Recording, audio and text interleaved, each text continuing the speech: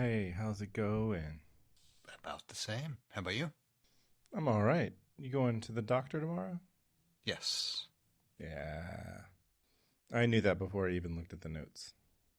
Yeah, it's easy enough to kind of follow at this point with how many conversations we've had. So, You remember how I said I didn't think my data transfer was going to be a problem? I think it's going to cause me some nuisance because um, I you know this power adapter. Well, uh, uh, you know um, words. I was early on when we were recording this podcast. There was a hum, and we determined that it was feedback from a power source. And while since then I continue to use that power source, but I always have my computer plugged or the battery charged, and I unplug it before recording. Well, I still haven't. My Mac Mini has been out of commission for almost 2 months. I think this weekend I got an email, or sometime I got an update from Backblaze, and they said, "Hey, we haven't seen your Mac Mini for 49 days." So I'm in the 50. It's been more than 50 days, less than 60, and so I've been working on it, and I'm at a place where I think that I'm still gonna try to reinstall without erasing anything, but I'm going to have to. I've got everything, making extra backups just in case, because I have stuff on there that is nowhere. Well, it's only on the back, it's there in the backups, and so I just want to make sure it's preserved. And so I was copying it onto a second set of hard drives. So it's in target disk mode, and if I take my, if I'm not touching the palm rest of my computer, I do get that hum. So interesting. while I was thinking, I was kind of like, tongue in cheek saying, "Oh, I've got this data transfer happening." There's way too. Yeah. It is not going to cause a problem with the recording. Other than I just realized when I put my headphones on, I was like, "Oh, I hear a hum," and I put my hand on the palm rest, and I was like, "Oh, it went away." So somehow I'm grounding it, That's wild. right? And it's not connected to the power source that we previously had talked about, where we observed the issue. It is in no way involved in this current setup. I have Oh so wow! the So Mac this Mini, is a different power different power source. source. Yes. So the Mac Mini is connected to is getting power from an APC surge protector, just a inexpensive surge protector, and it's connected to my MacBook Pro through FireWire. So I have a FireWire, or no, Thunderbolt. FireWire, man.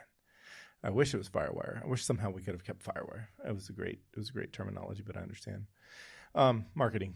So I have a Thunderbolt 2 connection, and so I have a Thunderbolt 2 cable going from a Mac Mini to a Thunderbolt to USB-C / whatever Thunderbolt version that is. But it's still going to be Thunderbolt 2. It's you're only as fast as your weakest link, which is why I was always talking about there is no such thing as FireWire 800 versus or you can't connect you don't get FireWire 800. It's a protocol, not a connector. You have the FireWire 800 uses a 9-pin connector. And if you have a 6-pin or 4-pin connector on the other side using FireWire, it's not FireWire 800. It's just FireWire. So I have a Thunderbolt 2 to USB-C connector adapter, and then on the other side I have USB-C to USB 3.0 connector, the one that looks like the combination of is it mini and micro USB? I can't remember, but it was one of the early USB 3 drives with the. It looked like they took 2 USB connectors and fused them together, and on the other end of it's USB-C.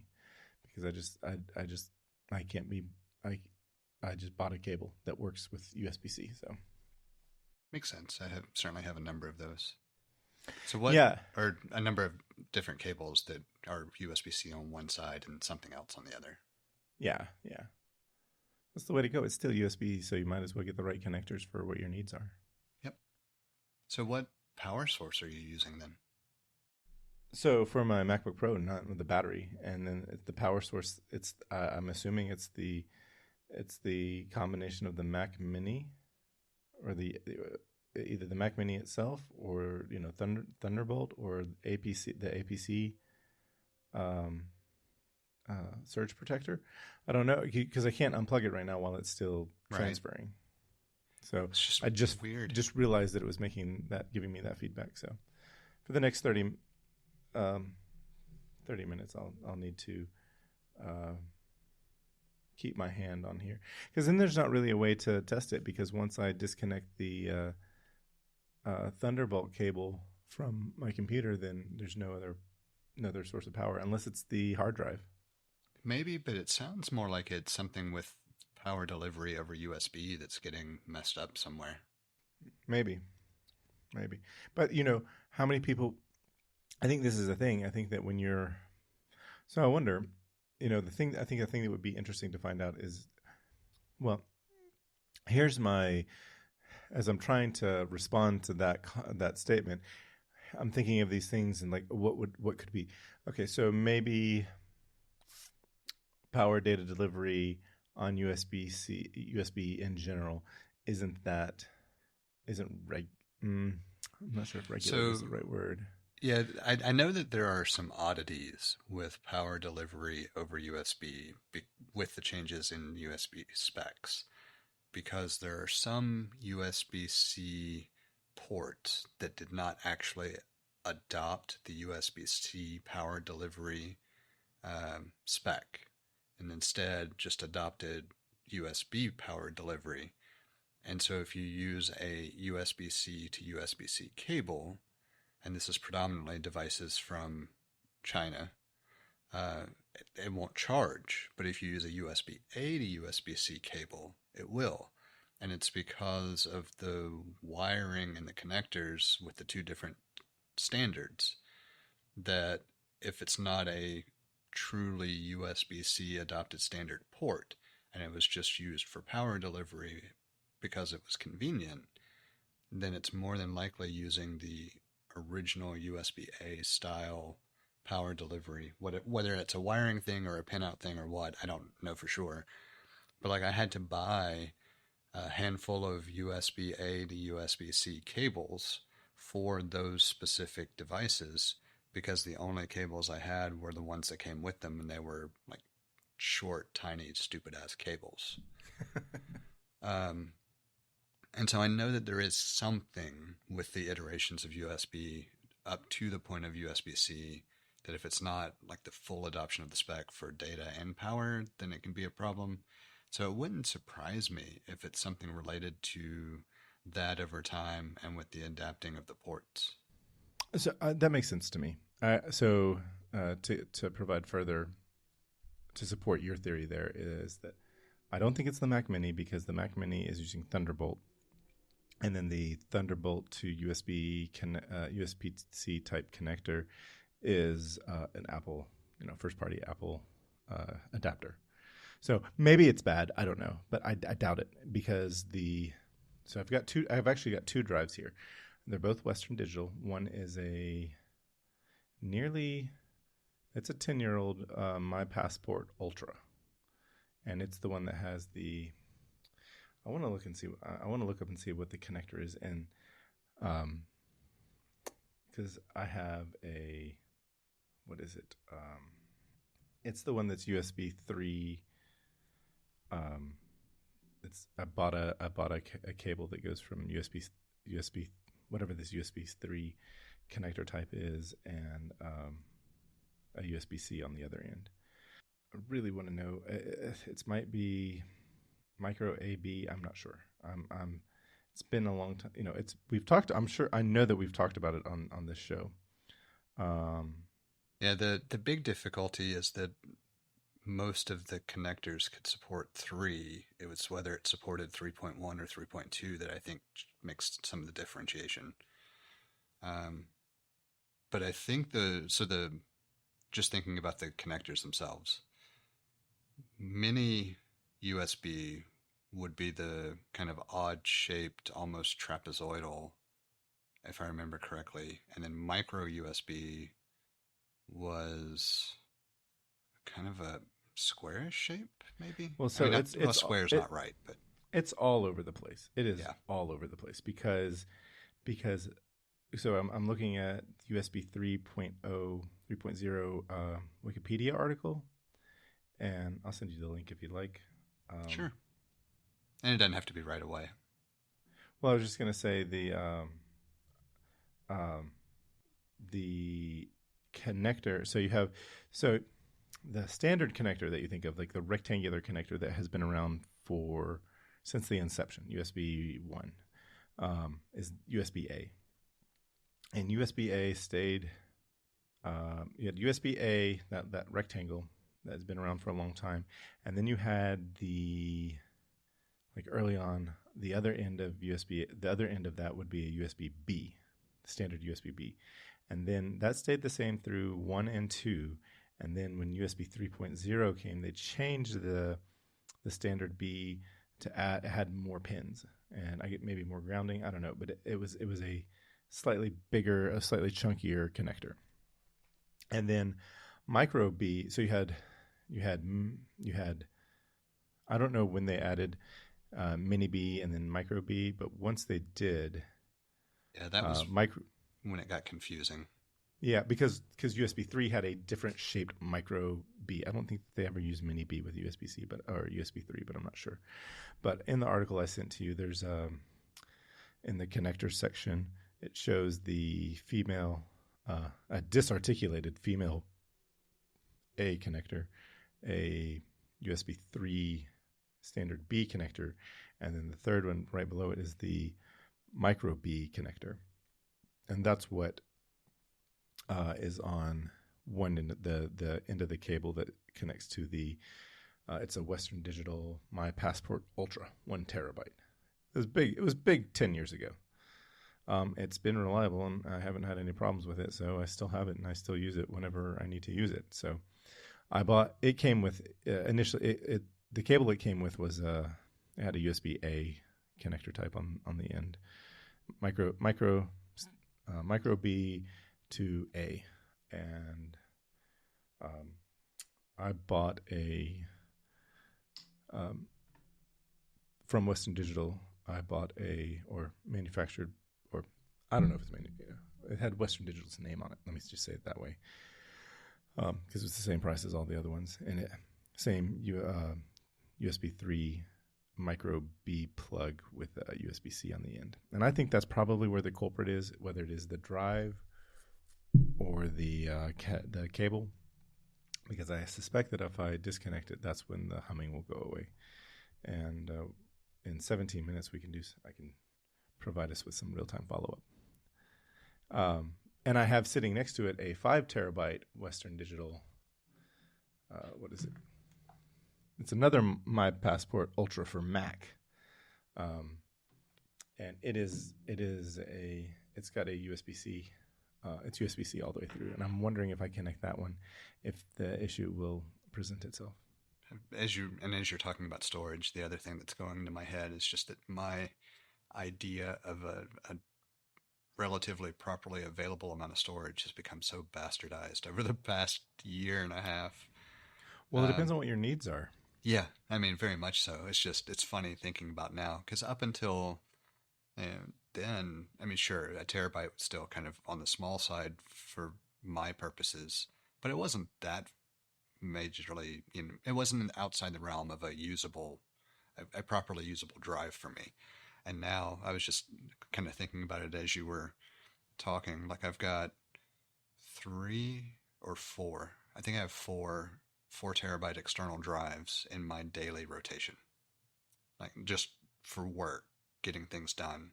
That doesn't even start to get into general storage capacities and everything that I have available. Well, that's like, like my day-to-day work, I don't need any storage. Like there's like the malware that comes with my work computer is hostile towards me as far as like just moving files around. Like, oh my God, I can't even, like sometimes drag and drop is that becomes ingrained in you, especially, with Mac OS. It was very much intended for drag and drop usage. And I want to take a file over here from, it doesn't, but here's the thing. I cannot find any rhyme or reason, but maybe it feels like it's most of the time. I don't want to throw out a percentage without really, people throw out percentages just to make provide, a point. Yeah. So if I said 90% of the time, I don't think most normal people won't think that I did the calculations and found out that 9 times out of 10 this happens. No, they just mean 90% of the time just means most of the time. And so I'm in my twisted mind that I'm like, did you do the calculations on those? Did you collect that data? What is your N? Tell me what your sample size is. I need to know, because I bet it's not 90%. I bet it's like 93%. And what is your margin of error? No, I don't ever do that. I think it, though, too often. Anyway, and then I tell myself, translate, John. They're just saying it happens a lot. Anyway, so about 90% of the time, when I want to move a file from here to there, just in the file system on my local machine, the malware that's installed and it says, nope, you can't do that. But I can copy it. I can right click on the file and use the contextual menu that drops down and select copy. I can do Command C to copy, and then I can paste it. I can paste it where I want to go. I've never had a problem, which this is no surprise, but I've never had a problem moving things on the command line. No problem whatsoever. But sometimes within, it would make sense that the company provided storage, cloud storage. You couldn't pull things off easily and onto your computer or put things into the cloud. I don't, it baffles me, Well, it doesn't baffle me. It's just not, I don't know. It's either that the software is not great, or because it doesn't have to be, or the settings don't have to be spot on, or a little of both. So anyway, it's malware.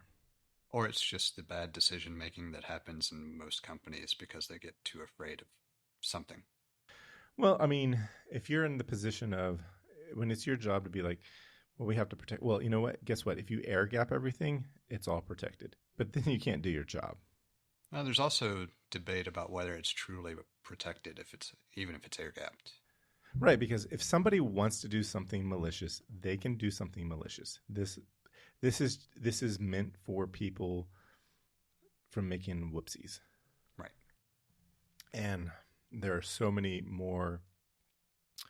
There's so many worse whoopsies that I could commit that have nothing to do with IP that are not protected. Yeah, I mean, yeah. You know the job. Anything that I want to say would be problematic for a number of different reasons, probably. So we'll just, yeah. Well, here's what came to my mind. Somebody could remove a gateway and not think that, every other gateway below this gateway needs to be rebooted. Right. For, your largest customer, your largest single deployment. And then when they say, hey, there's this problem, you're like, sounds like AT&T's problem. And then your buddy comes in to work the next morning and is like, hey, guess what I fixed for you? And I'm like, thanks, man. I appreciate that. Thank you, Jesse. I appreciate that. I still think about that. See, now that's just a story that I tell people to when they mess up. Lesser than that, and I'd be like, hey, I did this once, and this is how my ass got saved, and everything was okay. I mean, all the calls got delivered. They just kind of weren't in the right place for a few hours. It just gets a little confusing. That's all.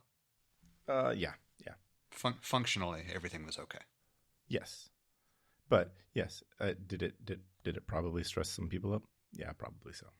Anyway, that's what I have to say about that. I've enjoyed those interjections. Yeah, I think I'm going to start playing with that just as an ongoing thing. I mean, I don't know if it'll be every episode, but it'll be something that when I think of something, I'm just going to grab it and drop it somewhere.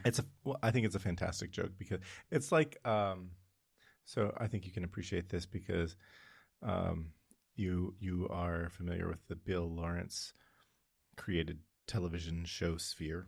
Yes. Did you watch Spin City? As far as like religiously watching it, no, but I did watch it. Yeah, I'm the same way. I definitely watched it in syndication when I was in college, and that was before the days of buying entire runs of TV shows on disc. Um, which is, one of the things that's really disappointing is that I've been watching Scrubs because I've been listening to the Scrubs rewatch podcast with Zach and Donald. I'm almost said the name of the show word for word. It's Fake Doctors, Real Friends, the Scrub Rewatch podcast show with Zach and Donald.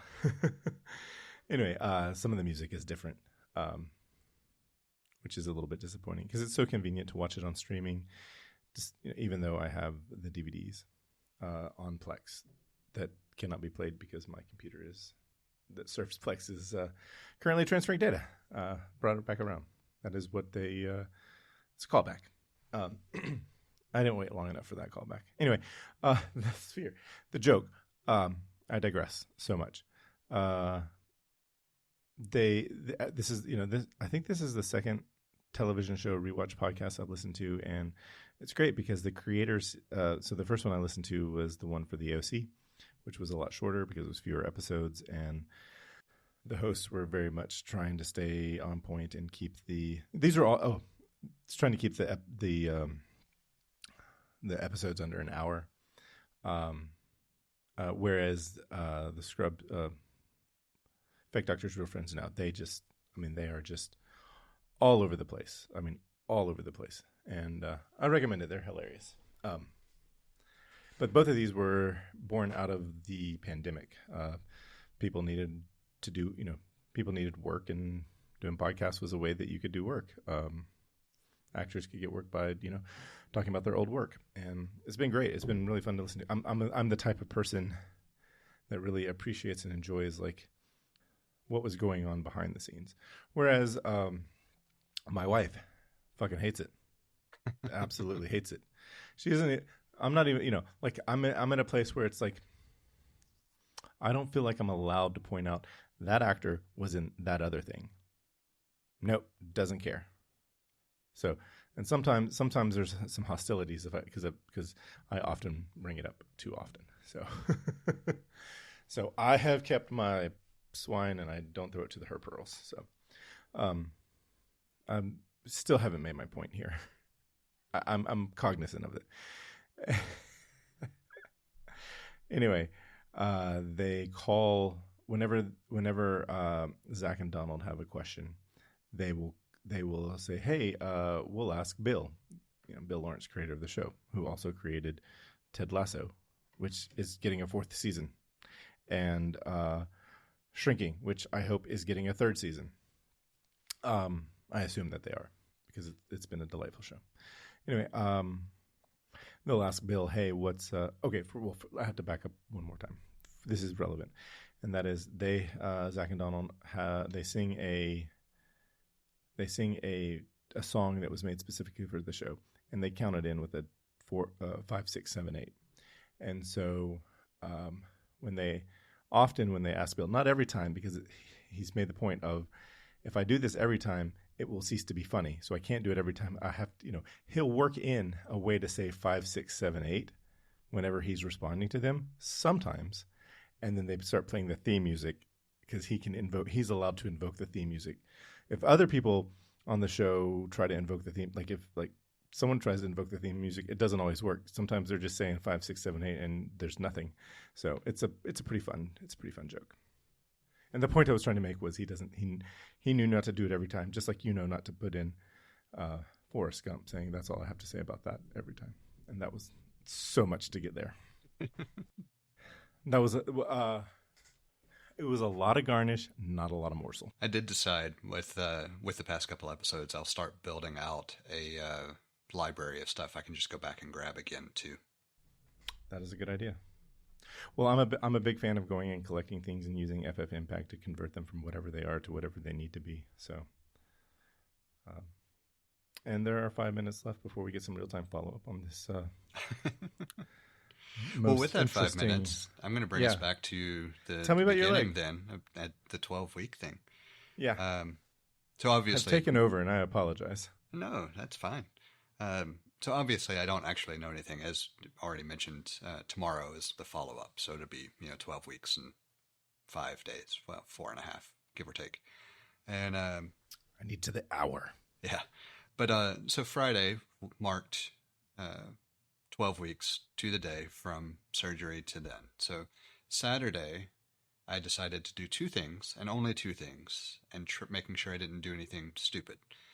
Those 2 things were, one, with the air cast on and properly secured, leaning a little bit of weight on that foot just to kind of see how just a little bit of weight feels. Because one of the big questions that I've had is whether it's going to be really, really, really, really uncomfortable, or if it's just going to be it gets sore and painful quickly because of the activity type thing. And I didn't get much weight on the foot at all before I could tell that my ankle doesn't have any real strength, which is not surprising. And I say that it could also just be that everything feels different enough that I don't trust that my ankle has strength. One of the two. Either way, it was a good thought experiment because it helped reaffirm I need a little bit of guidance on how to go from not in weight bearing to weight bearing, which makes sense. Very simple, very logical. But I had to at least put a little bit of weight on it and see. The other thing has been a little more in depth, which is during my rowing sessions, I've gone back to actually using both feet on the rower. And it's because even if I'm using the left foot during the act of rowing, I've spent so much time rowing with one leg with that foot on a dolly that I can very easily apportion which leg is really doing much. And it gives me a chance to give this leg just a little bit of exercise and range of motion without doing something dumb. And so that's what I've allowed myself to do prior to tomorrow's visit, is at least when I row, I can let it get some repetitive motion and maybe loosen up the ligaments and all just a little bit, give just a little bit of feedback to the foot, and we'll find out tomorrow what the next steps are. Awesome. So this is going to be, tomorrow will be a doctor visit. Yeah, it'll be follow-up. I'm going to push really hard for a same-day PT visit, even though I guarantee it won't happen. All right, well, I shouldn't say guarantee. You're pretty confident. Over 90% certain that it's not going to happen. But I am going to I am going to at least push for some guidance on, okay, worst case scenario, I just need what are some things I can work on between now and that first appointment. Because I'm ready to start. So hopefully by the end of the week, I will have first PT appointment, but I know that's pretty quick turnaround too. Yeah. Good. Are you excited? Yes and no. I'm certainly excited about being into this phase of recovery. I am not excited about what's coming. Yeah, it's dealing with the atrophy and the stiffness and the pain. Everything I've read, everybody I've talked to who's ever had any type of fairly serious repair has said, yes, it's going to hurt. It's going to hurt like hell, I think. Yep. And that, part of the healing process, it'll fade fairly quickly, but you got to be mentally ready for it. So. Yeah. I think I was definitely, I found that I was definitely harder in my younger age. I feel like I wouldn't call myself a soft person, but it's all relative because, compared to anybody who's living, I think about they're not porters, but I don't know, the guides that were required to use when hiking the Gros Piton. I'm such a softie compared to them. Those kids were going up and down. Like, I mean, I was in my 30s, so this was 5 years ago. So I was 38, and this kid, I say kid, he's in his 20s. He's he's going up. He was so funny. He's like, he was even talking about how he was getting softer because he used to do two. He would climb up twice a day. He'd go up and down on two different, guided as a guide. And now he's like, I'm down to doing it one a day. And, he's just going up there in front of some folks to make sure that they're okay. Whereas, and there were like the folks that were like carrying like a chili bin or cooler of ice and drinks to sell at the top of the mountain. It's not a huge mountain, but it's, it's a climb the entire way. I mean, it's the right way. It's like, what was it? 1800. No, I'll look it up, and I'll try to look it up at the end of the show for like how much elevation gain over how short a distance. But it was basically stairs the whole way up. So compared to them, I've always been soft. And it's a very deceptive hike. So it is. I mean, one of the few hikes that both of us have done at different times, which makes it for a nice kind of comparison. Yep, that's why I used it. But like when we did it, I was not in the best shape I've been in my older adult life. That certainly happened more recently. But I was in decent shape, and I had been doing a number of workouts pretty consistently at that point. And it still kicked my ass by about halfway up. It's a heck of a climb. And I remember toward the end, or by the end, it was just forcing myself through each step. And I don't necessarily consider myself soft. Well, at the time, I don't consider myself soft either, but at the time I would have considered myself a lot more soft than I would now. So I do get the whole correlation. Yeah. Well, I don't know. Maybe now I would have to give myself handicap points or something. But yeah, you can't do not this year, not in 2025 because you've had major surgery. Right. But by the end of 2025, maybe, hopefully. I think so. But like it's so I definitely get the sentiment, and I think the other piece that is often overlooked is just that your body adapts to what you do anyway. And if we have relatively sedentary, yes, lifestyles, that's the word. Then you kind of adapt to that being the lifestyle. And it's one of the things that, like with this recovery coming up too, I'm also cognizant of, because there's going to be a point where rowing is not going to be effective for me to regain any of the stuff that I want to regain.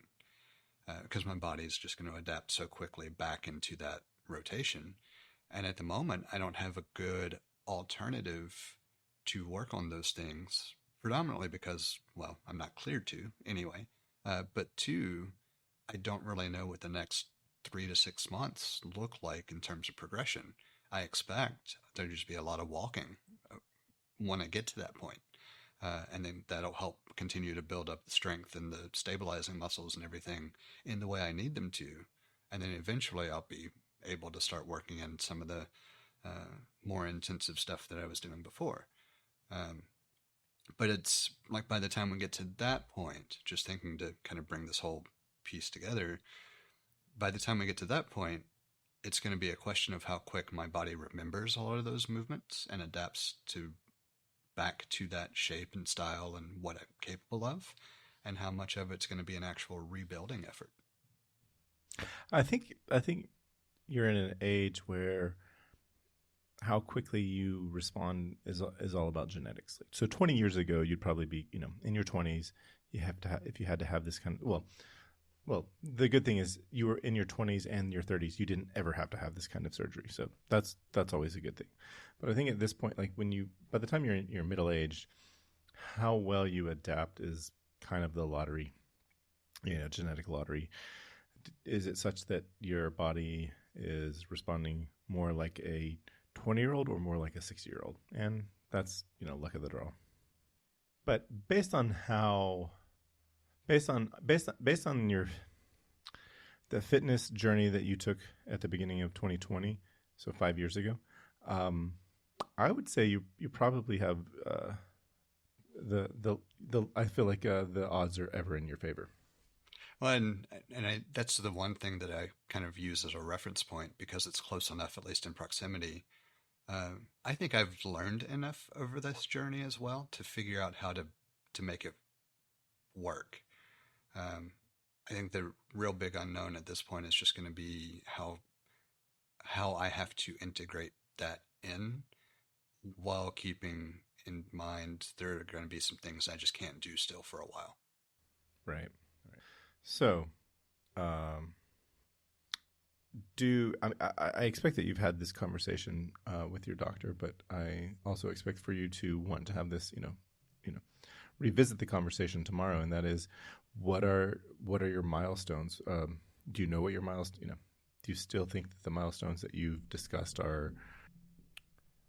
I mean, has anything changed in the since your last visit, where milestones might be slightly different than the last time you talked, or are you expecting to be like, all right, assessment, true assessment begins when you go to PT? Yeah, so true assessment begins with PT starting. Okay.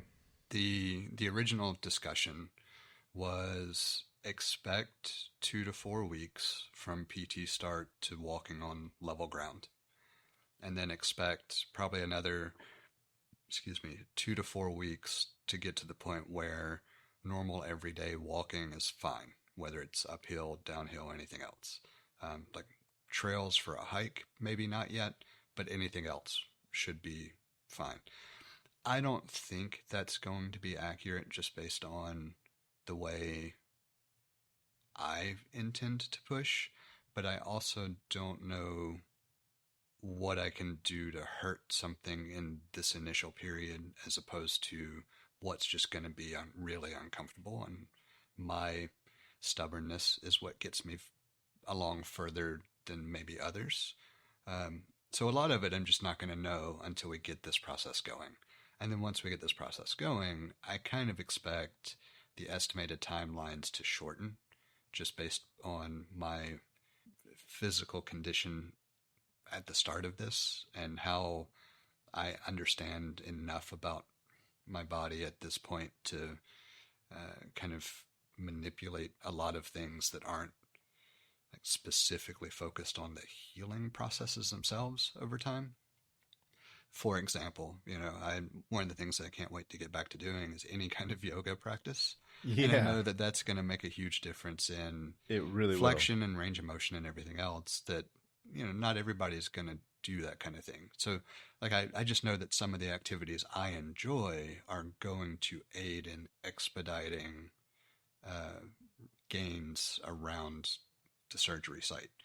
The unknown piece is because like swelling is still a little bit of an issue. Circulation, I'm sure, will improve as muscles get worked again. There are things related to the healing process that I don't have direct experience with that are still somewhat unaccounted for in my mind. And that's where the variation is going to come in. But I was talking to a guy today that races motorcycles, and he said, he's been battered up and put back together plenty of times at this point, and said that the one thing that he noticed pretty consistently is with good PT, he always beat the estimated timeline by a fairly significant margin. So the quality of your physical therapist is going to be the real big thing that determines on track with estimations or ahead or what. And so if I end up needing recommendations or anything else, he certainly has numbers that he could give me. So yeah, that's I was, as you said that, it made me think about, there's just so many variables. One, we were just talking about like the actual physical variable, but then, the mental variable, which I think in this place that you have a lot of strength here and a lot of determination, and provided that your body cooperates, which I believe it will, and I hope that it does. I think you'll be on. you'll be not. On the I shorter think side not. of the recovery estimates. I think not just on the shorter side. I think you'll be beating the bottom range. You'll be under the bottom of the range of recovery, simply because I think you're a person that's willing, and you're willing to endure the pain, but also understand which pain is good and which pain is bad. I think you're willing to be uncomfortable for the end result. Right. And I think I'm also just in a place that I'm much better prepared to endure that because of the martial arts lessons over time. It's ironic in a lot of ways that all of this happened after I got a certain length of time into being back on this journey. Because prior to the beginning with the jujitsu, it had been, I don't know, 20 years, 15 years since I had actually trained anything specifically. And a lot of the same mental things apply, where you have to learn to be comfortable with uncomfortable situations, like just plain and simple. Yeah. And it is just kind of fortuitous that that's really prevalent in my mind, and an activity that I really want to get back to, that's also going to drive kind of pushing recovery to the best of my ability. It reminds me, last night Becca and I were talking, and I was one of the things that I think we've talked about this, but we've talked about fun type 1, fun type 2, and fun type 3. And I feel like PT is going to be fun type 2 and fun type 3. Maybe some fun type 1. Certainly hitting milestones will be the fun type 1, but I think it's a lot of fun type 2. And for listeners, if this is your one and only episode that you listen to, fun type 1 is fun. It's when you're experiencing what you're experiencing, you would describe it as fun, and it makes you happy, and it feels good, and we all talk about fun. And then fun type 2 would be the things that you do that are in the moment, sometimes not fun. But then when it's over and you're talking about it, it's fun to talk about, and that's fun type 2. And then fun type 3 is it's not fun when it's happening, and it's not fun later. And sometimes you might have trauma from it, and that's fun type 3. I do like the last one. I always do. Me too. Me too. And when I was reading about it, somebody was like, it's like a bad relationship where the sex isn't good, the connection's not good, and you just should have never gotten together, and you should have broken up a long time ago, and you really never should have gotten together. That's how I saw fun type 3 just described. That's a good comparison. Yeah. So yeah, well, I'm excited to hear about all the grueling PT that you'll be doing as the days come. I've been really tempted to, in the last visit, I had asked if I needed to have like a cane or anything, like just, do I need to be prepared with any equipment? You need an ice axe. She said, well, if you were older, I would tell you have to get a walker. She said, being in relatively good condition or shape, though, we'll tell you to use crutches when you are starting to walk, because it keeps your body posture upright better, instead of a cane, because we don't want you relying on a cane and having the issues with posture. So a large part of the past couple of days, I have had to talk myself out of trying to walk with the crutches.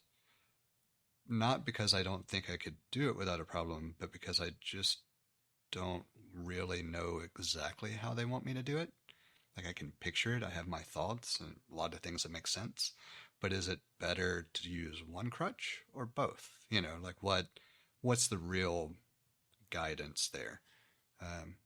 And I also didn't want to start and say, oh, well, this feels fine, and then be stupid and do something I'm not supposed to do. Yes, and that is where being an intelligent person comes into play. Yeah. Wait for somebody who knows what they're talking about to tell you what to do, because you don't want to mess this up, or you don't want any setbacks. And it's fun to me because If it didn't cost so much damn money, I would say you should get a walker and just kind of milk that, because that would be funny. But it's not worth it. Get a walker and those big Darth Vader glasses. You know, the ones that you see. It's like and tell people, you know, some plaid pants, and you're like, I'm off to the shuffleboard tournament. Yeah, if I was going to do that, I should have gotten a wheelchair for this stage, though. Yeah. And have you seen the folks that play in wheelchair games? I've seen some that their upper body certainly rivals like bodybuilders. Oh yeah,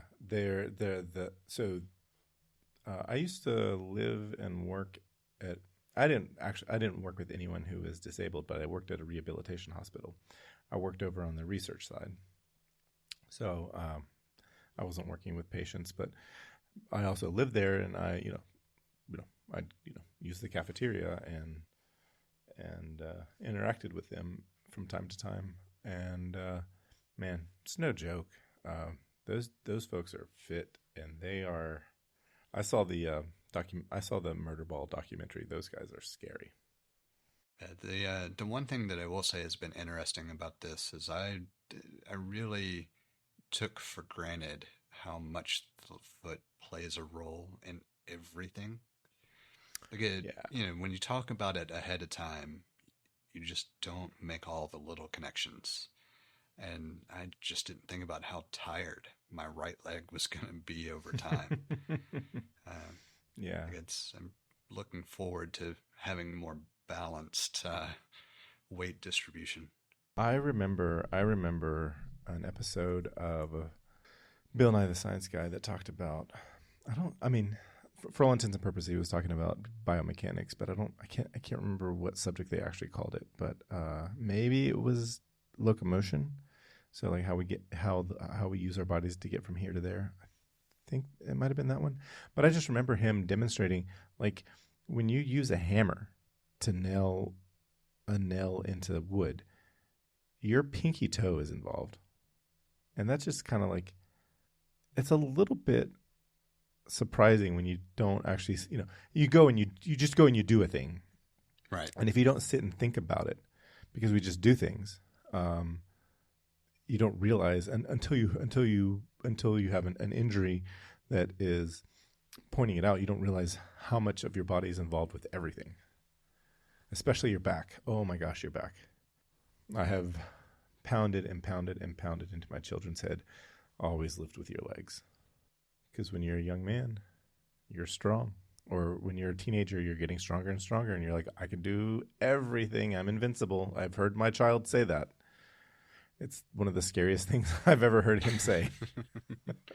Yeah, I get it. It was after a bicycle accident. He said, he shouted, "I'm invincible." I was like, scratches on your face would suggest otherwise. You're lucky in this moment is what you are. Yeah, I hope that we have that lesson somewhat learned already, but I have no doubt it's going to be completely forgotten during the teenage years. Yes, I mean that there's a regression that happens. Hormone causes memory loss and stupidity. I want to I didn't know if you had anything else to say, because I wanted to get to my correction and then get to my troubleshooting, because I want to get my hand off of my palm rest. Yeah, no, I think that wraps up kind of where I'm at in preparation for tomorrow. Excellent. Well, I can't wait to hear about the results and what they say. And well, I'm guessing it's not going to be that exciting, because the more exciting thing is going to be when you get to PT. Yeah, the big thing is just going to be how receptive they are to me pushing for going ahead and getting started.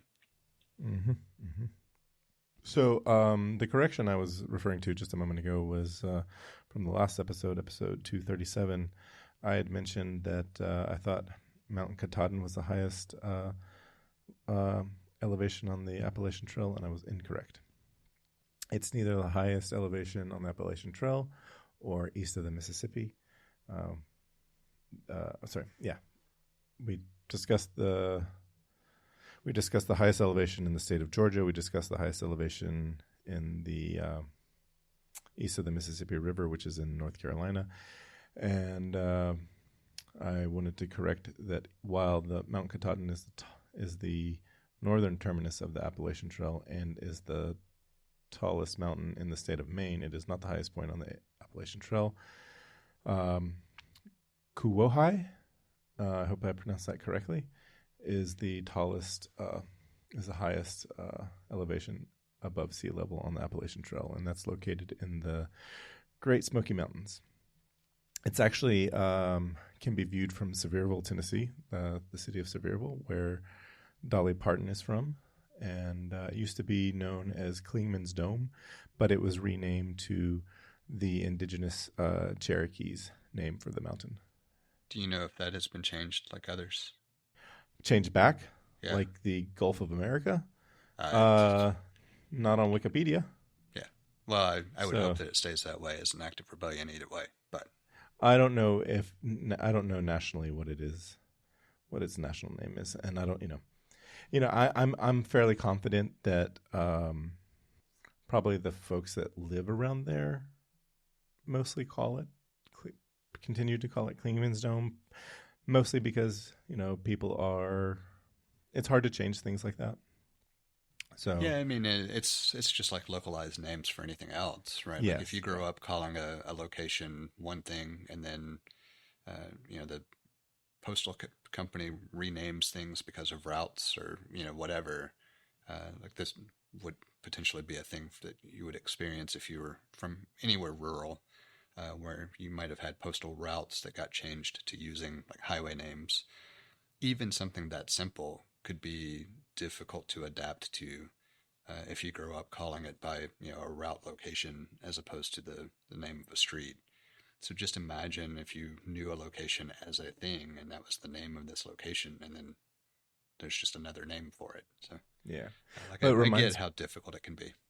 Yeah, well, it reminds me of in Back to the Future when Marty references Kennedy Boulevard. I can't remember. There's a street name named after John F. Kennedy, and he's in 1955, and Doc Brown is like, who, what, because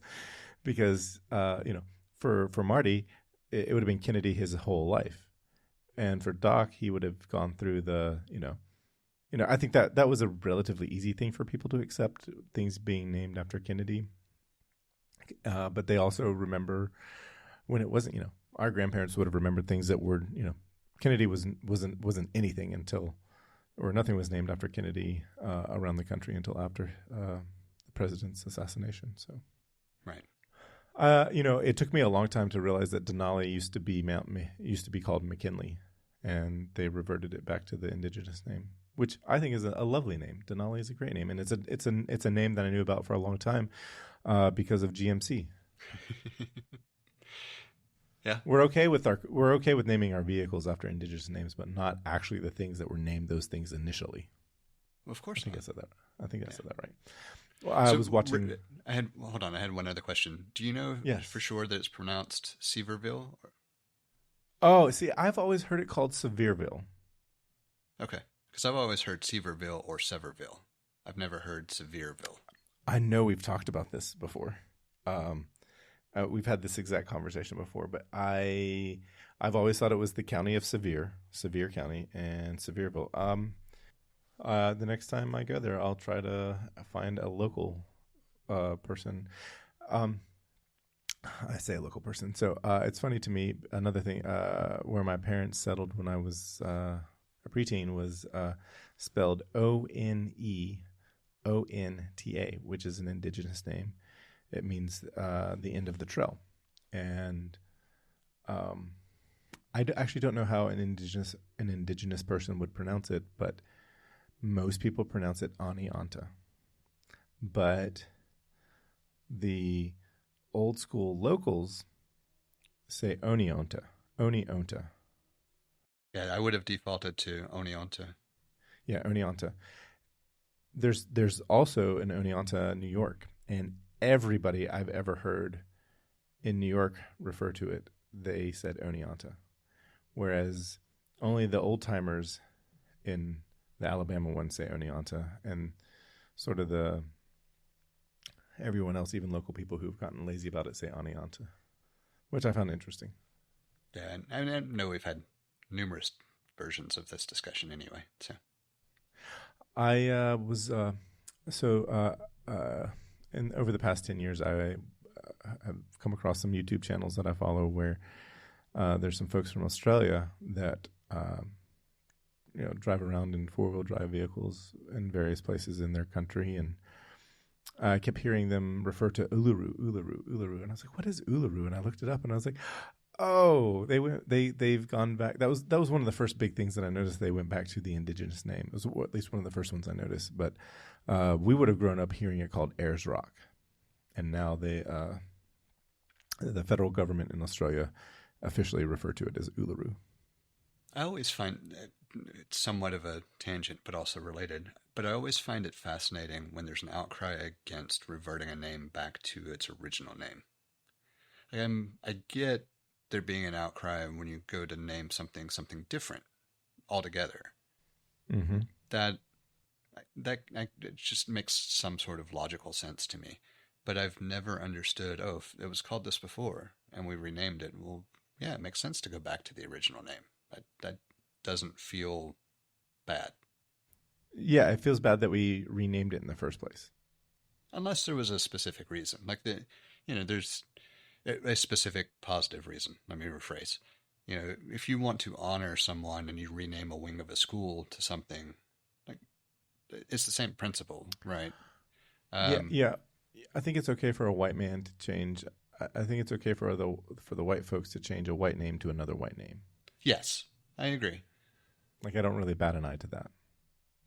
But like the things like, how long did the indigenous people of Australia call it Uluru, and then all of a sudden it's Ayers Rock? I was like, no, it's not. I feel like there could be a lovely skit by I'm blanking on his name, Eddie Izzard, doing something like this. This is our land. Do you have a might flag? have already, to be honest. I'm thinking of the one where the British go to India, and they say, we claim this land for India. I was like, well, no, this is our land. It's like, but do you have a flag? Because he referred to it as the cunning use of flags to take over land. So, So the other one that I thought was really interesting, and it hasn't happened, but there was in the last 10 years there was serious talk in New Zealand of renaming their country back to its indigenous name, which is a beautiful name. So New Zealand, I always wondered where Zealand came from, because when you hear New Zealand or anything with new in front of it, there was an original in Europe somewhere, and I found out it is in the Netherlands. So just like Holland is a state of the Netherlands or a province, I don't know it's a territory. Territory is also an official thing. So whatever boundary, there is something with boundaries called Zealand in the Netherlands, and it would be like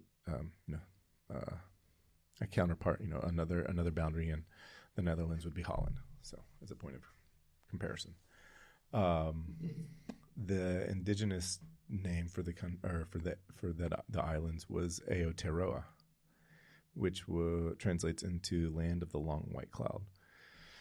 And the story there was that because it's a long island in the middle of the Pacific, all of a sudden you have a big cloud in the middle of the Pacific where you don't normally have clouds, or otherwise don't have clouds if the landmass wasn't there. Right, makes sense. Yeah. I think it's a pretty name. I think it's a pretty cool name. So, my friends or at least one of my friends from New Zealand, he was in support of it. So, but as such, it hasn't happened. And I don't think, did I mention? The lowest point on the Appalachian Trail is in New York's Bear State Park, and I camped there one time, and then I didn't camp for 10 years.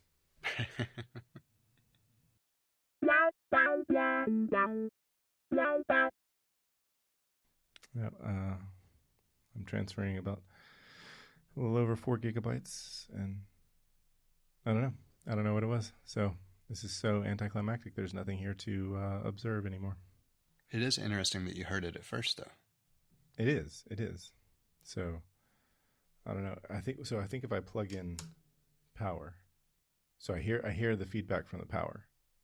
And if I put I hear, did you hear the feedback? Or No, did you hear I never heard anything. So right now in my headphones, I hear the interference from the MagSafe being connected. And on my previous MacBook Pro, it was the USB-C. So I'm hearing it, and if I unplug it, it goes away. If I plug it back in, it comes right back. And if I put one hand on the right palm rest, it goes away. Same thing, left palm rest, same thing. I don't hear anything, so it's only isolated. Yeah. My concern is that it would be in my recording. So yeah. But I think it was in the past. Yeah, it was. And so I think part of it is also because I tend to have to bump the gain up on the recording. Yeah, it pronounces it, pronounces it even more. So, but with the hard drives, I'm not hearing anything. But when I disconnected it from power, I kept hearing the same interference, and I thought it was either the hard drive or we talked about it. So I got nothing. So I had my hand on here for an hour for no apparent reason. Well, better to be safe than sorry. I agree. Now we can move on with our lives.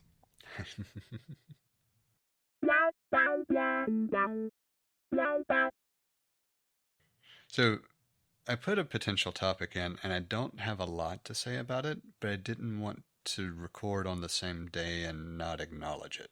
Oh, we should talk about it. I thought it was interesting. Well, I do think it's interesting. I think there's a lot about it that's interesting. And so I just wanted to go ahead and set the stage that I didn't specifically have a lot about the act itself. It's more everything else around it that I have any real thoughts on. So I guess instead of talking around it, we're recording on April Fool's Day, just as a good solid point of reference for when people are listening to this.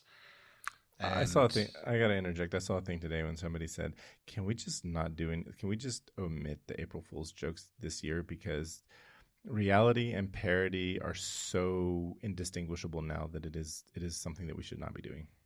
I've seen a couple of versions of that posted, and for the most part today, I didn't run into anything. I know there's some stuff out there, but I didn't run into anything either. I had a very normal day for April Fool's Day. But as you know, we're recording, Senator Cory Booker broke the record for the longest speech on the Senate floor that has been noted in recorded history. I guess this is the best way to put it. Previously, the record would have been held by Strom Thurmond. Yeah. And I think it's fitting that Senator Booker's speech broke that particular record, and we can get into the details there. But at the time that I put the notes together, he had been going for roughly 19 hours, and the record was 24 hours and 18 minutes. I don't think there's an official count yet on exactly how long he took or went over, but I know it was more than just a minute passing, because I actually watched that part of it live, and but this couple of things that were notable to me about the speech was that he didn't resort to reading from the phone book or anything. It was all legitimate discourse about how Congress was failing to do its job, and of course pointing out reasons why, specifically with the way this administration has done so much to harm the American people in 72 days. And I'll include a couple of links just as reference points for the show notes. But the main thing that I just want to kind of read verbatim from the article is that, quote, "In just 71 days, the president has inflicted harm after harm on American safety, financial stability, the foundations of our democracy, and any sense of common decency."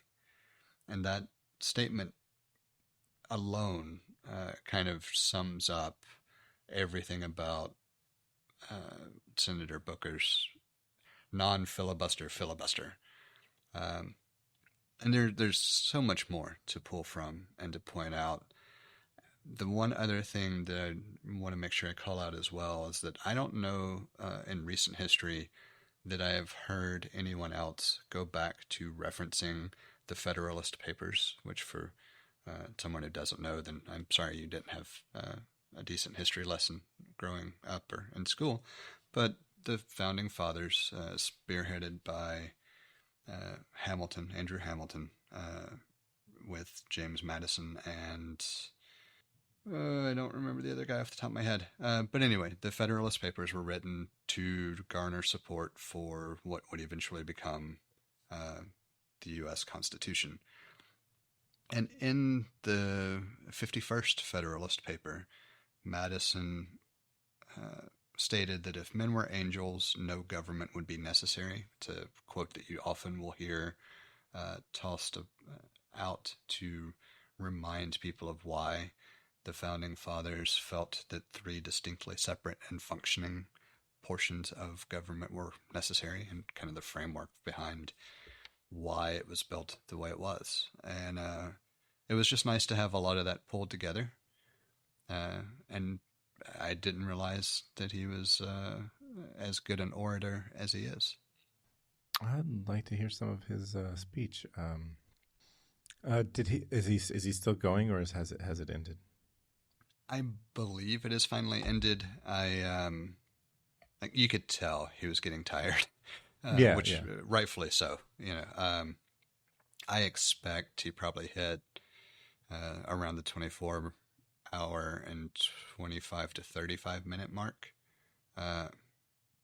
Maybe it went longer, but I wouldn't have expected him to go too much beyond that, just based on how it was while I was watching. And this is a thing where other members of Congress, they can come and go, or is it a thing? Do you know if they leave, they can't come back?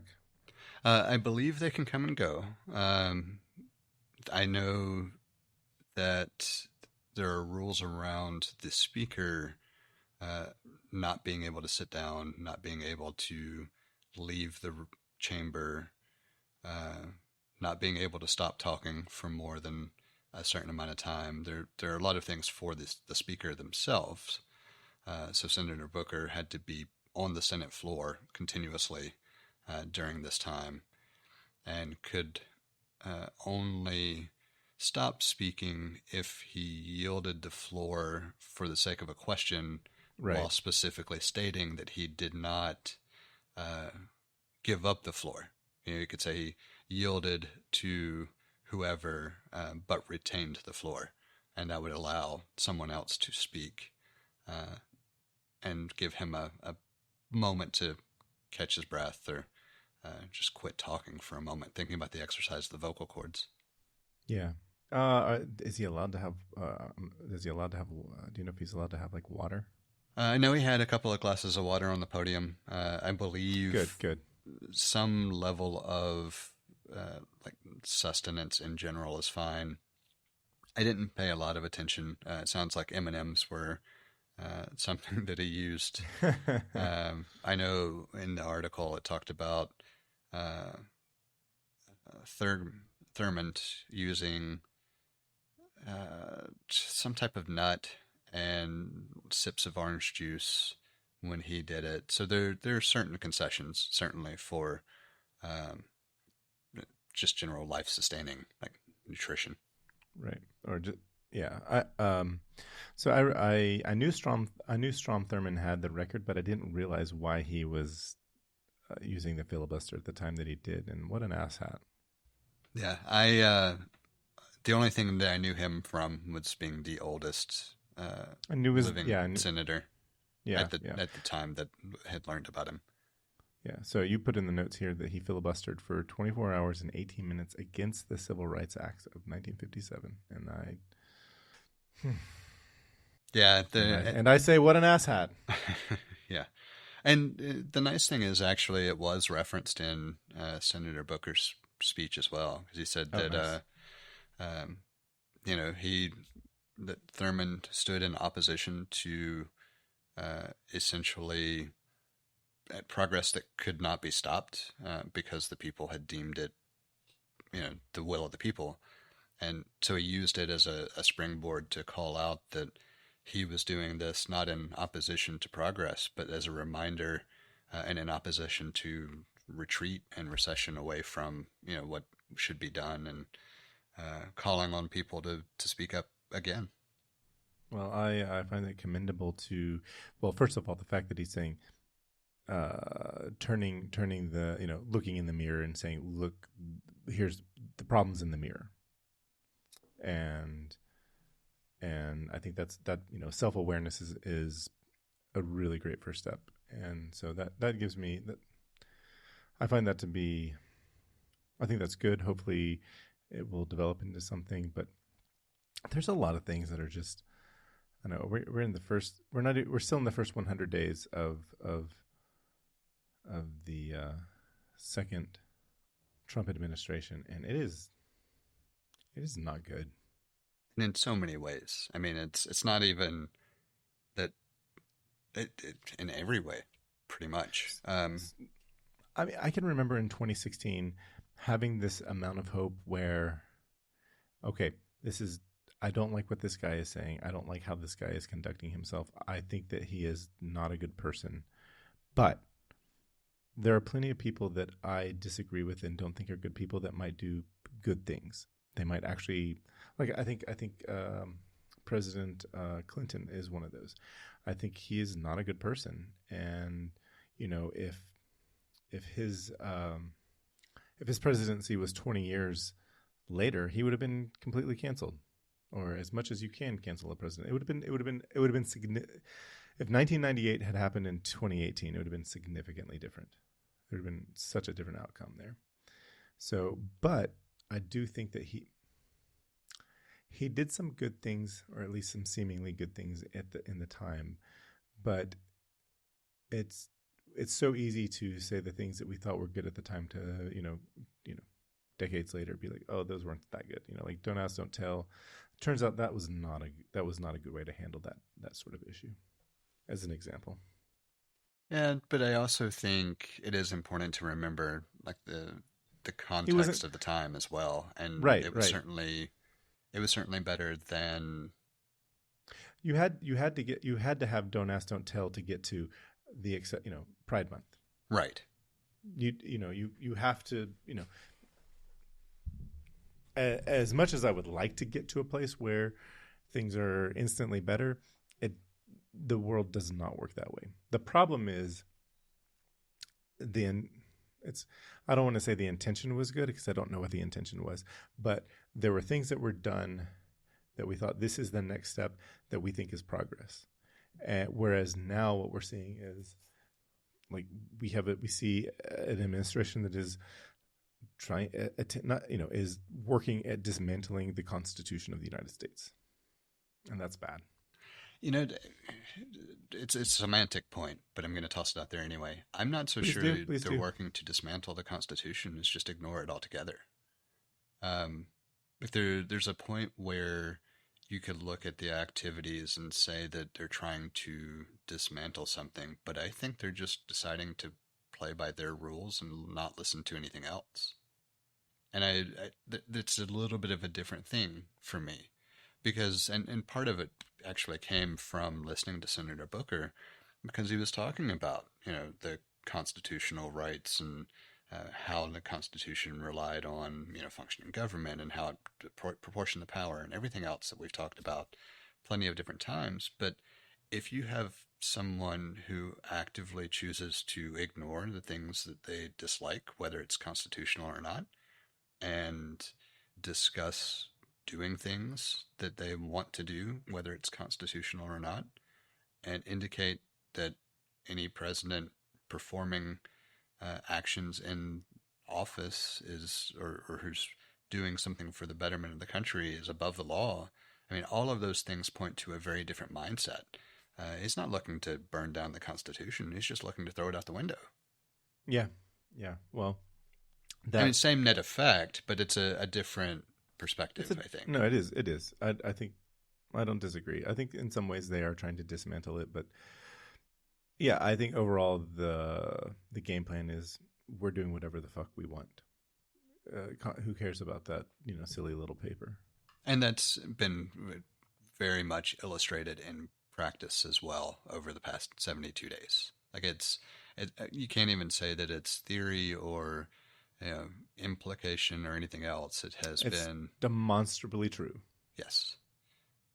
And so I also get where, as a result, part of Senator Booker's speech included the call to the people, stating that the people are more powerful uh, and on the whole than they necessarily give themselves credit for, because that's how we've seen change impacted or affected in the past. My big concern with that, though, is that I'm not so sure it still rings true. I get the ideology behind it, and I get that it can be interpreted as speak with your wallet as an organized populace, or speak with your vote as an organized populace. There are a lot of things that does make sense, and it should happen because it lends support to other people.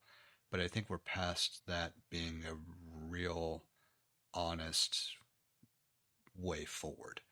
We're at a point where we need a functioning Congress to actually do its damn job. It's going to require everything. It's this is the it's certainly the biggest attack on, or the biggest threat to democracy in our lifetimes.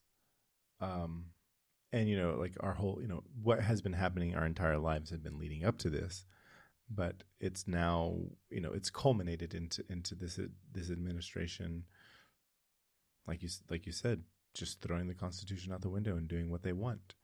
And I was trying to say earlier, like the first in 2016. I know I've said this before, and I'll continue to give John Gruber and Merlin Mann credit for this imagery, but we found out in 2016 that the United States had a trapdoor, and we were all standing on it, and when it was released, and we all fell into this trap. And now we're 2024 is not quite the same thing, but because we knew what we knew what was going to happen, or at least some of us understood what he was saying. He was coming out and he was saying, this is what I'm going to do. And guess what? He's been doing it. Like, he's been doing it for the past 72 days. And there were some other people that were duped into thinking otherwise, because we live in a country where people don't understand how the economy works and what tariffs do. It's so much more than that too. I mean, there's this, it just kills me every time. And it's because I always want to put some level of basic decency or humanity or understanding around it for a person. And the sad fact is that there are a lot of people that none of that means anything to. They just wanted the label, and the label is all that mattered. I think there was a lot of that. I think these people are decent. They just don't understand. Their decency is limited to, I don't want to say not their sphere of influence, but those that they see. This is where I'm just more pessimistic on the point, because I see too many people that I think their decency extends to others as long as it doesn't take anything from them. Well, I was gonna say I think I was getting to the idea of, like, they're decent, but then decency. Part of what I would define decency as, it's not because of that they're the people that it's not because of the people that are in your lives. To be decent means that you're doing that for people that are not in your world, or not the people that you know. So it's like, to say I'm decent to a limited, to a subset of people, that's not actual decency. Right. So I think that came across. Yeah, no, I think it's probably a better way to say it than my more jaded viewpoint of people are just, decency in name only. But I also think part of why I have become so jaded you're not about wrong. The viewpoint is just because so many of them use different labels to describe themselves that don't actually describe them. Yeah. And if there's one thing that really just gets under my skin, it's hypocrisy. Yeah, well, I was having a whole thought conversation with myself about Christian, about people's Christianity in this country, and it's like most people in this country that identify as Christian are actually Christian nationalists, and there are very few born again Christians, to use that term, as opposed to Christian nationalists. And we haven't even got it. I want to agree, but at the same time, I'm going to toss in a third category. I think there are a lot of people. I think there's a lot of room for a third category. Well, there's probably room for more than that, but I do think that there are. Well, okay, so we're going to make it 4, because I think there are a lot of people who fall into that philosophical Christianity role where they give it the Christianity label and they go through the same rituals and everything, but it's not necessarily that thing that they're attached to as much as there's something that they're attached to, and that is what they've known because that's what they've been around. If you think about going back to our conversations with like Harrison Ford as the example where nature was his thing, right? And people a lot of times will latch on to whatever religion is around them because that's what they know and feels comfortable, and that's how they use that thing. And I would distinguish that differently between something cultural where cultural Christianity, for the way I would be interpreting this, would be more that's my people around me, my societal structure. I'm partaking in this thing regardless of my actual belief structure. So the philosophical version would have an ideological component, whereas the cultural one would be more of a behavioral component. I like that distinction. I think on it. I was thinking about this as you were saying that, and that is there are very few true believers. There are more Christian nationalists, but I think the largest category that talking about behavior, the cultural behavior versus the philosophical or the belief system rather, is that there's a lot of folks that are like, I know about this one God out of 3,000, which is a fraction of it's a very small fraction of a percent, and out of fear that he might be real, I'm gonna pretend, or I'm gonna believe that he's real, and I'm not gonna say anything that I'm not gonna blaspheme because I'm afraid that I'll be punished by him. I think that's most people. Yeah, I would agree with that. So, because you know what, the point the point that I wanted to get to is to be a Christian means to follow Christ. And there are so many goddamn people that wear the Christian label that are not following Christ. They're litigating text instead. Mm-hmm. I mean, honestly, with how many times this comes up in our conversation, I'm going to have a soundbite that I have just on hold for that to be a thing. I don't even know which one I would use, but there's going to have to be one for that gets worked in here and there. Yeah. On a lighter note, I really wonder if there's a single congressperson or Senate. So this was in the Senate. Senator Booker's. Correct. So out of 100 people, so I didn't know this. I noticed it I was looking at Senator Booker's Wikipedia page and noticed that one of a relative of his is RuPaul. They are cousins.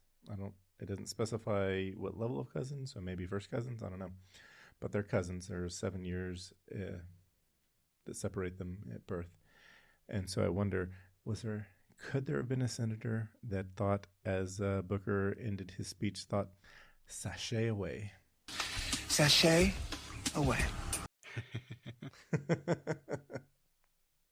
We have a number of different ways set up for you to get in touch with us to provide feedback, ask questions, or just comment in about something we've discussed. You can hit us up on Twitter or Instagram at untitled_hosts, or shoot an email over to untitled.hosts@gmail.com.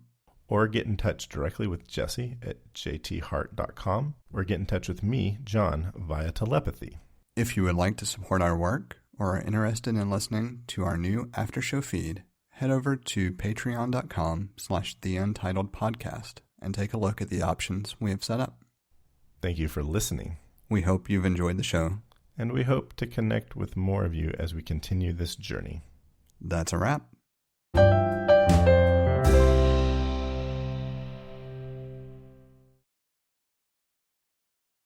I did find there was an interesting story that he told that I didn't realize that I just wanted to share because I found it interesting. So if it leads to something else, then we'll wrap it in too.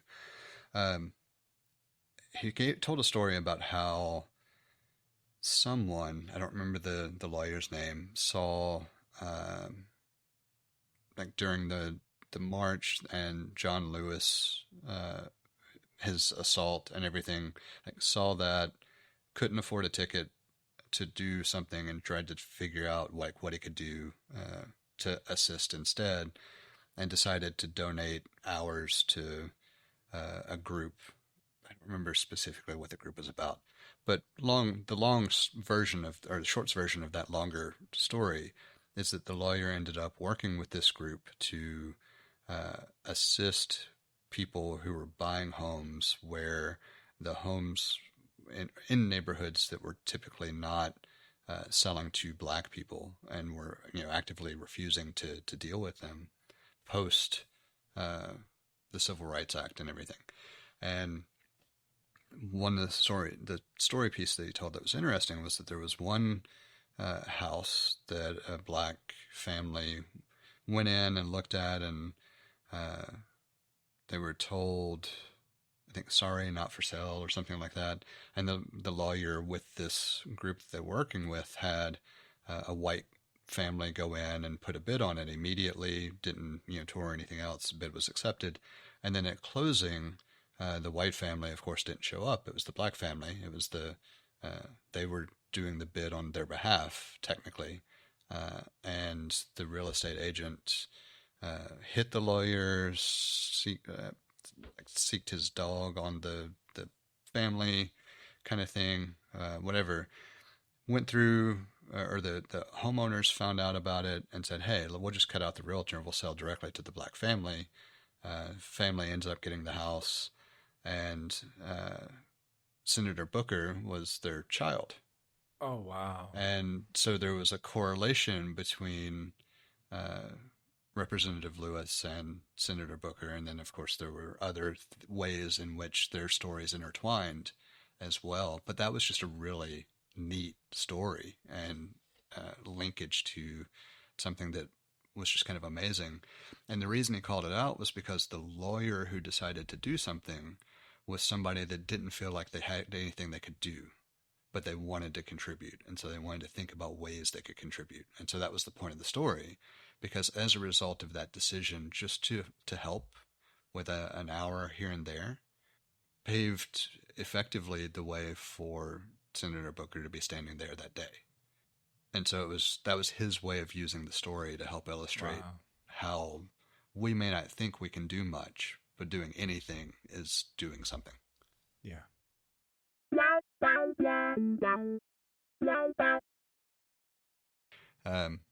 I can always put that in the after piece too. Yeah, you had some other after show. Well, I figured what I would do as a running thing is just as I progress in the story, make a note of it. If we talk about it, great, and if not, no big deal. But I think it's fascinating that I have decided I'm all in on it at this point. So, okay. I'm around episode 6. So essentially, I'm at the point where tribal chief, what was it? Rainwater. Chief Rainwater, yeah. Where he and the developer have met and had their discussions. Jamie has had the decision that he's going to pursue the DA thing in spite of running against his father's wishes. And they had their altercation. The Grizzly was shot, which is what led to all of that. Apologies for anybody who happens to listen and hasn't seen it, but whatever. Spoilers. And as I called out, Monica tried to break up a fight, got hit, had the brain injury, and has now at the point where she has told Casey to go away. Oh yeah, because she sees him in a different light, and that pretty much takes me to where I am currently in the story. So one of the things that happens really, I think it's the first episode. It's the older brother dies. Yeah, I don't remember if that was the end of the first episode or the beginning of the second. But yeah, it was early on. I think it's the end of the first episode, and I remember thinking, I was like, and then Casey kills Monica's brother, right? Unknowingly. No, knowingly. No, does he know? Does he know? Yeah. Okay. And I can't remember if that has been resolved yet. It has not. Okay. Well, it's at a point where he is finally Does disclosed. She even know is what I'm trying to remember. Does she know? Yeah, she knows at this point. Because he finally shared that her brother killed his brother and he shot him, and the statement was made that he had no choice or whatever, and her response to that was the decision to be there at all was the choice. Yeah. It's a tough situation. Yeah. And I think the way they've done, well, I mean, it's been talked about before, but the way he does story crafting and character development just ropes you in quickly. It really does. It really does.